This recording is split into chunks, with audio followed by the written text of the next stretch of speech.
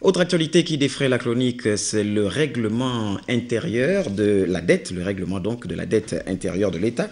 Une préoccupation de la première institution de la République. À ce jour, près de 300 milliards de francs CFA ont été payés aux entreprises adjudicataires, ce qui à terme va donc restaurer la crédibilité de l'État. L'analyse de notre rédaction Amélie Blanche-Mougou et Issima, Félix Moudibangoui, Louis Bestar-Lenyongo. En marge de la rencontre entre le ministre du Budget et les entreprises adjudicataires des marchés publics, le directeur général du contrôle des ressources et des comptes publics, Jean-Fidèle Otando, a reçu chacun des chefs d'entreprise à examiner en profondeur chaque situation. Il ressort que ce qui est considéré comme un retard de paiement s'explique par la rigueur avec laquelle les contrôleurs budgétaires traitent les dossiers.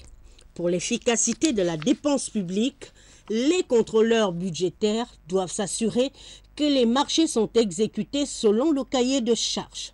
L'expérience montre que l'État a souvent payé alors que les chantiers ne correspondaient pas au cahier de charges. C'est dans ce sens que l'État a commandité un audit des marchés publics qui a permis l'assainissement de la gestion des fonds publics.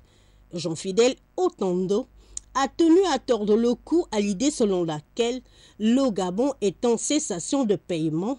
Si tel était le cas, le Trésor public n'aurait pas pu verser près de 300 milliards de francs CFA aux entreprises adjudicataires des marchés publics.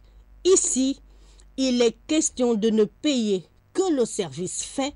C'est cet héritage de la bonne dépense qui doit être légué aux générations futures et qui restaurera la crédibilité du Gabon auprès des bailleurs de fonds et des institutions financières internationales.